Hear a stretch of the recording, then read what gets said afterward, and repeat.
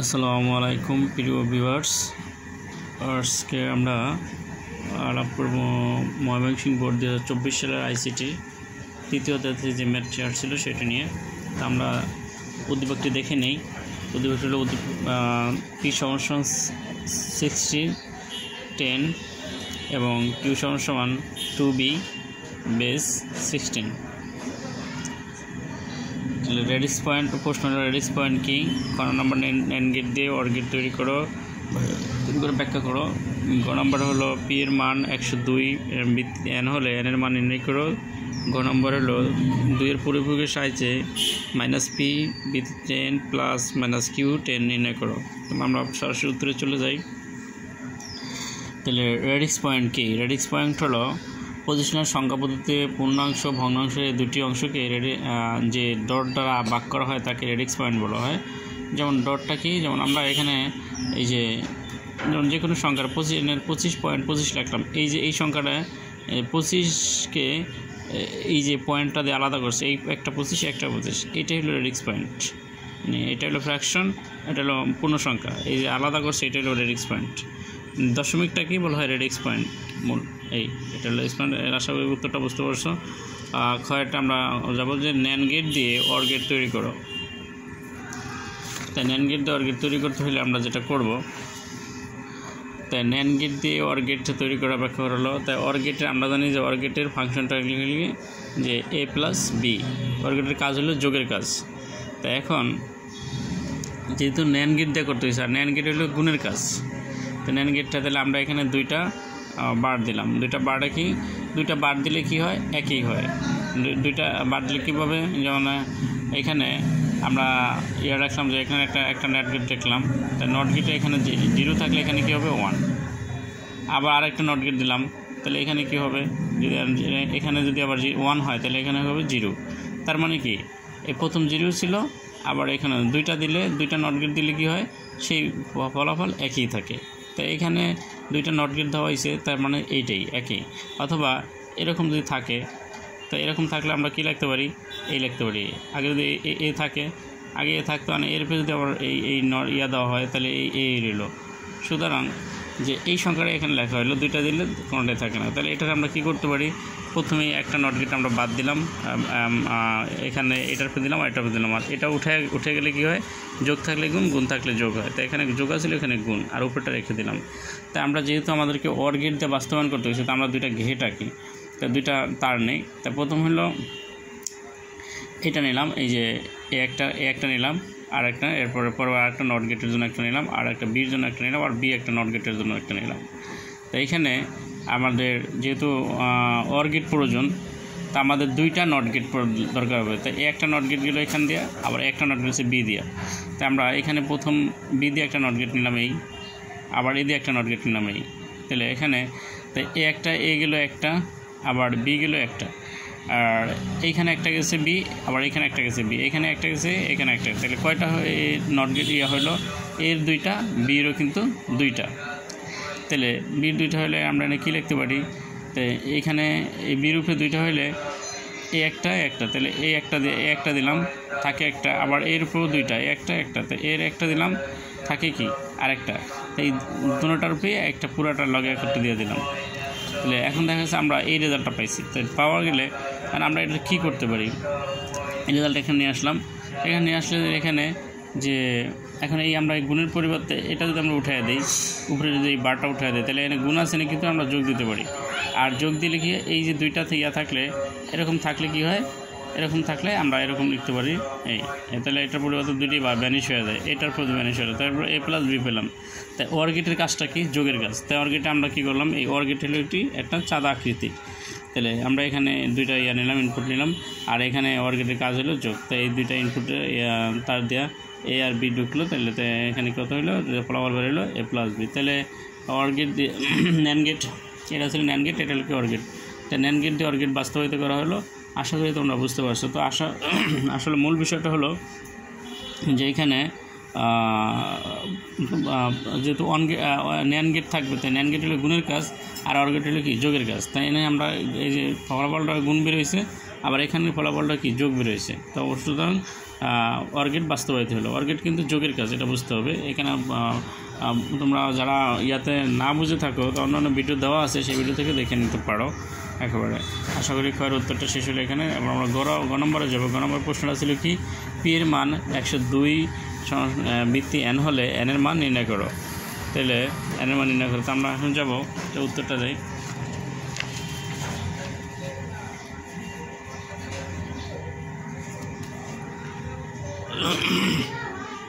P এর মান 102 হলে n এর মান নিচে নির্ণয় করে দেখানো হলো। তো পি সমান আছে কত, 66 এনে দেওয়া ছিল। আর পির মান এখানে আছে কত, 102। তো আমরা এটা নিলাম আর এখানে এটা নিলাম। তো এখানে আমরা জানি এটা আছে দশমিক সংখ্যা। তো দশমিক নিতে হলে এখানে কত বৃত্তি ধরছে n এনে মানে n যে কোনো সংখ্যা হইতে পারে, 1 2 3 4 5 6 7 8 যে কোনো সংখ্যা হইতে পারে। তো এখানে বৃত্তির তো কোনো ইয়া নাই, তো আমরা nই বৃত্তি ধরবো। তাই যদি দশমিকে পরিণত করতে হয় তখন কী করতে হবে, যেই সংখ্যা আছে বৃত্তি আছে ওই বৃত্তির সাথে গুণ করতে হবে। তো বৃত্তির সাথে আমাদের এখানে আছে 1, আর বৃত্তি হলে কি বৃত্তি আছে কি n এর পে n দিলাম। তারপরে কি এখানে আছে আবার আছে, এবার একটা গুণ দিতে হবে আর একটা প্লাস, একটা শেষ হলে আবার একটা প্লাস দিতে হবে। আবার আছে 0 লাগে n আছে, n এর লাগে আবার গুণ, তারপরে এটা শেষ হলে আবার একটা প্লাসের পরে আবার এখানে 2 আছে, আবার n গুণ। তাহলে এখান থেকে শুরু করতে হবে, শূন্য দিয়ে। তাই 0 1 2 যতগুলো থাকবে উপরে পাওয়ার ধরতে হবে শূন্য থেকে এখানে 0, এরপরে 1 2 আরও থাকলে 3 হইতো, 4 5 6 হইতো। এখানে তো 2 হয়ে গেছে। তাহলে এখন আমরা এগুলো কী করবো, গুণ করব। তাহলে 1 দিয়ে এটা গুণ করলে n² হয়, আর 0 দিয়ে কোনো সংখ্যার গুণ করলে 0 হয়। আর কোনো সংখ্যার পর যদি পাওয়ার 0 থাকে তাহলে সেটার মান হয় 1। তাই 2 আর 1-এ এটাতে গুণ করলে 1 হয়, আর 2-কে 2, আবার এরপরে 2, আর 0 আর গুণ যোগ করলে হয় 0, এটাই। তাই এখন আমরা এখানে আছে প্লাস, তো আমরা এবার সেটা নিয়ে আসবো। তাহলে প্লাস থাকলে এবার কী হয়, মাইনাস হয়। তো আমরা এখানে 66 2 গেলে থাকে 64। তো 64 হলে এখানে n এর পর যদি আমরা n এর যেহেতু ইয়ে আছে, বর্গ আছে, তো পাওয়ারটা দিলাম আমরা, এটার পরে এই পাওয়ারটা উঠে এটার পরে দিয়ে দিলাম। তাহলে 64 আমরা জানি, আর 64 বর্গ হলো 8, অর্থাৎ n সমান 8। তাই পি এর মান 102 হলে n এর মান 8 হবে। আশা করি তোমরা উত্তরটা বুঝতে পারছো। তো এই ছিল গয়ের উত্তরটা। আমরা এখন গয়ের উত্তরে চলে যাব। এই প্রশ্নটা আমরা একবার দেখে নেই। প্রশ্নটা ছিল কি, যে প্রশ্ন ছিল 2 এর পরিবর্তের সাহায্যে মাইনাস পি বৃত্তি 10 প্লাস মাইনাস কিউ বৃত্তি 10 নির্ণয় করো। এটা ছিল উত্তর। তাহলে আমরা এখানে উত্তরটা যাব। তো উত্তরটা যাওয়ার আগে আমরা একটু দেখে নেই যে 2 এর পরিপূরকের সাহায্যে এটা নির্ণয় করতে হবে। পরিপূরক করতে হলে কিন্তু বিয়োগ করতে হবে, আমরা জানি। তা আমাদের এখানে যেহেতু মানগুলি আগে বের করতে হবে, তাই পি সমান আসলে 66/3। তাহলে এটা আমরা ভাগ করে বাইনারি মানটা বের করে নেই। বাইনারি মান বের করতে হলে আমাদের যেটা করতে হবে 2 দ্বারা ভাগ করতে হবে। তাই এটা 2 দ্বারা ভাগ করে 63 হয়, 63, আর এখানে কিছু থাকে না 0। আবার এখানে এটা 33-এ ভাগ করলে 16 থাকে 1, 16 32 থাকে 1। আবার এরপরে 8 2 16 থাকে না কিছু 0, এরপরে 4 2 8 0, 2 2 4 0, এরপর 2 এর ভিতরে যায় একবার 0। আর এখানে নিয়ম হলো কি, এখানে 0 আনতে হবে আর এখানে 1। তার রেজাল্ট হইব কোন জায়গাতে, এইখান থেকে শুরু করে এখানে। তাই এরপরে আমরা 66-র মান, এরপর আরেকটা কিউর মান দেওয়া ছিল 2b। তাই এখানে যেহেতু 16 বিট 16 সংখ্যার, তাহলে 8 বিট দিয়ে আমাদের সংখ্যাটা বের করতে হবে। প্রথম হলো 2 আর এরপরে বি। তাই বির মান আমরা জানা আছে কত, 11। বির মান 11। তাহলে আমাদের প্রথম দরকার হচ্ছে 2, তাহলে আমাদের মান দরকার আছে 2। তাহলে এই মানটা 2 দরকার আছে শুধু। আর বাকি ঘরগুলোকে আমরা 0 দেব, কারণ আমরা জানি যে 0-র মান কোনো কাউন্টেবল হয় না। তো এখানে এটা 0 আর এটা 0, এটা 0, তার মানে এই মানগুলো কাউন্ট না, এই মানটা কাউন্ট। আমাদের দরকার হয় 2, তাই এনে পেলাম এটা। তাই 0 0 1 0, এটা পেলাম 2 এর মান এটা। আবার বির মান কত, 11। এখানে আমাদের 11 দরকার হলে এটা দরকার, এটা দরকার, এটা দরকার। তো আমরা এটার পিছনে 1 দিলাম, এটা নিচে 1 দিলাম, এটা নিচে 1 দিলাম। তার যেটা দরকার না সেটা 0 দিয়ে দিলাম। যেই মানটা দরকার না সেটার সমান নিচে 0 দিতে হবে। যেই মান দরকার না সেটা নিচে 0 দিবা সবসময়। তাহলে তোমার এখানে আমরা মানটা পেয়ে গেলাম, 2 এর মানও পেলাম, 2 এর মানও পেলাম। তাই সুতরাং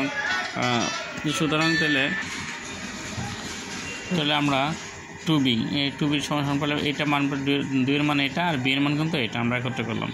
এখন আমরা এই পির মানও পেলাম আর কিউর মানও পেলাম। পির মান পেলাম এটা, আর পির মান পেয়েছি এটা, আর কিউর মান পেলাম এটা। তাহলে এখন যে আমাদের যেহেতু বিয়োগ করতে মানে দুইয়ের পরিপূরক করে বিয়োগ করতে হয়েছে, দুইয়ের পরিপূরক করলে কী করতে হবে, আমাদের সংখ্যাগুলোকে বিয়োগ করতে হবে। তাই বিয়োগ করলে এখানে আমরা পির মান পাইছি কত, 1 2 3 4 5 6 7টা।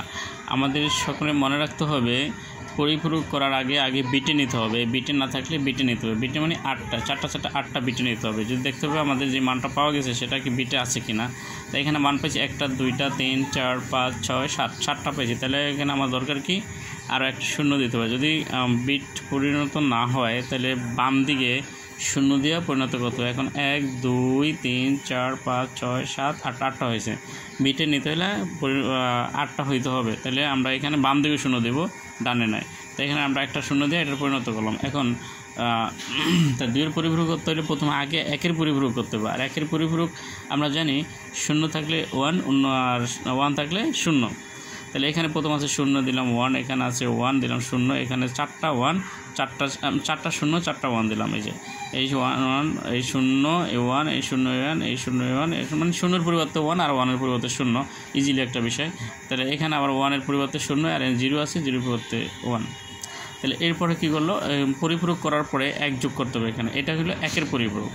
একের পরিপূরক হলো যা আছে বিটে পরিণত করার পরে যা আছে তার বিপরীত লিখলে একের পরিপূরক। আর দুইয়ের পরিপূরক হলো ওই একের পরিপূরকের সাথে 1 যোগ করলে, 1 যোগ করার পর যে ফলাফল পাওয়া যায় সেটা হলো দুইয়ের পরিপূরক। তো আমরা এটার সাথে 1 যোগ করব। 1 যোগ করলে কত হয়, 1 আর 1 2।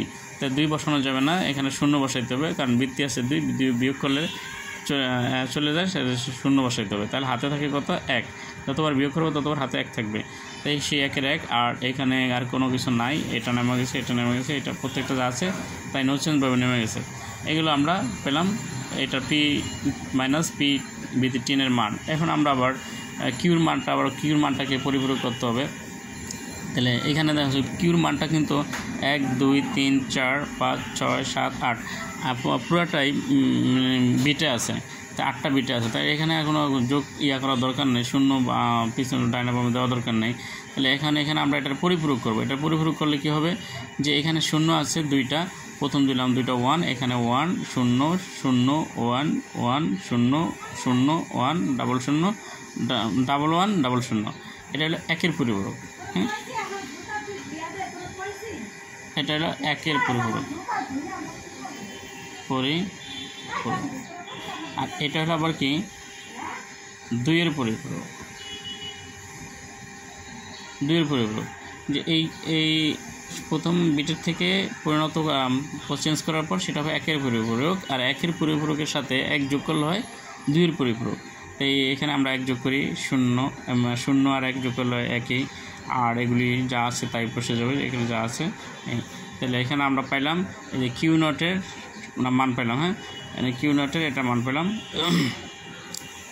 কিউ নটের এখানে মানটা আমরা লিখতে পারি এখানে। তাহলে যে তো এখানে আমরা এই পেলাম পি নটের মান, আর পেলাম এইটা পেলাম কিউ নটের মান। এই দুইটা এখানে বসে আমাদের যেহেতু দুইটা মান প্লাস করতে হয়েছে প্রশ্নে, যে কিউ প্লাস যে এখানে minus P plus 10 minus Q, এর দুইটা মান পরিপূরক করতে হয়েছে, পরিপূরক করে যোগ করতে হয়েছে। তাহলে এখানে আমরা সেই মানটা বসালাম। এটা হয়েছে এই যে পি এর মান এটা, আর এটা হয়েছে মাইনাস কিউর মান, যেহেতু দুইটাই নেগেটিভ মান। তো এখানে আমরা এই সোজাসুজি এটা বসাইলাম। এই যে এটার মানে এটা আর এটার মানে এটা, দুটো বসায় আমরা যোগ করে দিলাম। যোগটা এখানে পিছনে অনেকগুলি ভিডিও দেওয়া আছে, তোমরা চাইলে সেগুলো দেখে আসতে পারো। তো হয়তো যারা যোগ পারো না তারা হয়তো সেগুলো দেখলে হয়তো বা তোমার পেলে সেই ভিডিওগুলো দেখলে তোমাদের সমস্যা কেটে যাবে। তারপর আমি এখানে সাং বুঝা দিচ্ছি।